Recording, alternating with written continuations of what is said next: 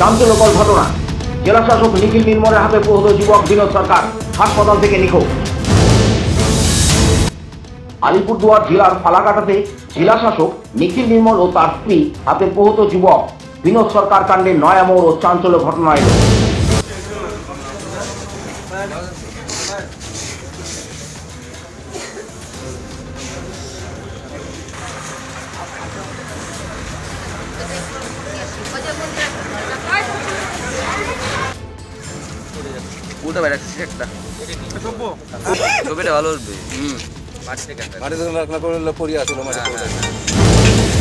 আজ বিনোদ সরকারের মাথায় ও বুকে ব্যথা অনুভব করলে ফালাকাটা সুপার স্পেশালিটি হাসপাতালে ভর্তি করানো হয়, কিন্তু হাসপাতাল থেকে বেপত্তা বিনোদ সরকার বলে অভিযোগ করল বিনোদ সরকারের পরিবারের লোকেরা। বিনোদ সরকারের কাকা গৌরাঙ্গ সরকার জানান যে দুপুর দিকে হাসপাতালে থেকে জানানো হয়েছে বিকেলে ছুটি হবে। বিকেলে আসার পর হাসপাতালে ঢুকতে দেওয়া হচ্ছে না। বলছে যে অনেক একটু আমাদের চেক আপ করতে হবে, আমাদের ভিতরে নিয়ে গেছে চেক আপ করতেছে।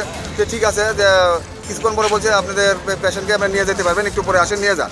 আয়সা দেখলাম, এখন বলছি কি আমরা আয়সা দেখলাম ভিতরে আমরা ঢুকতে দিচ্ছে না, আমাদের বিকেল থেকে আমরা ভিতরে ঢুকতে দিচ্ছে না আমাদেরকে।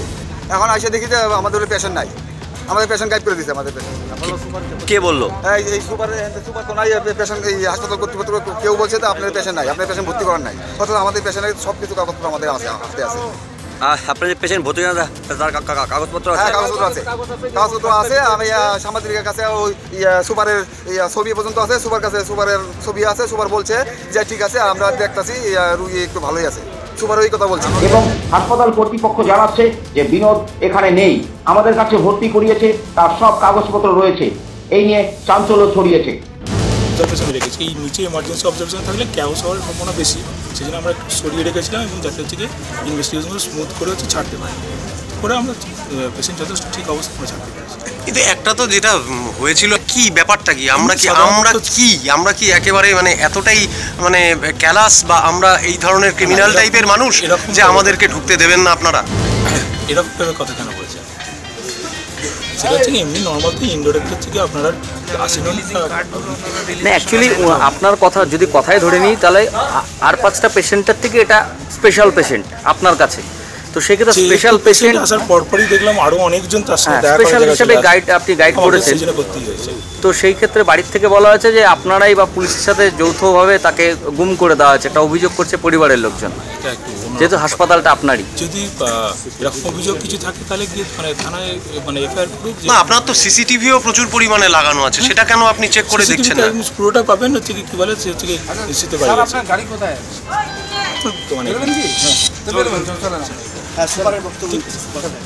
ঠিক আছে, থ্যাংক ইউ। ফুটেজটাকে দেখেছেন?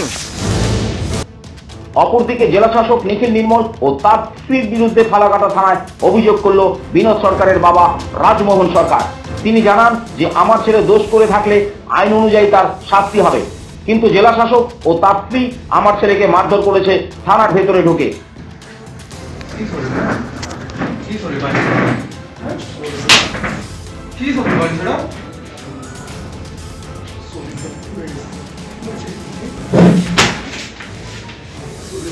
কি সরি?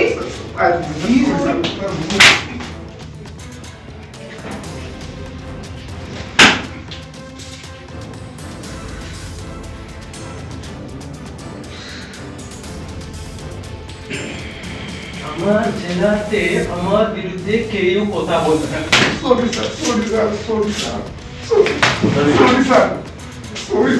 আমরা অভিযোগ করলাম যাতে জেলা শাসক নিখিল নির্মল ও তার স্ত্রী শাস্তি হয়।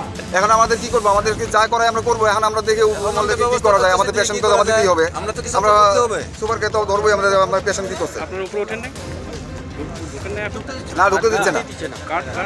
কার্ড তো আমাদের বাড়ি আছে। এখন দেখুন আমাদের যে পেশেন্ট ভর্তি করেছি নাকি আপনার এই সব কিছু কার্ড আছে, মানে সুপারের কথা বলছে, তার ওই ছবিও আছে আমাদের কাছে।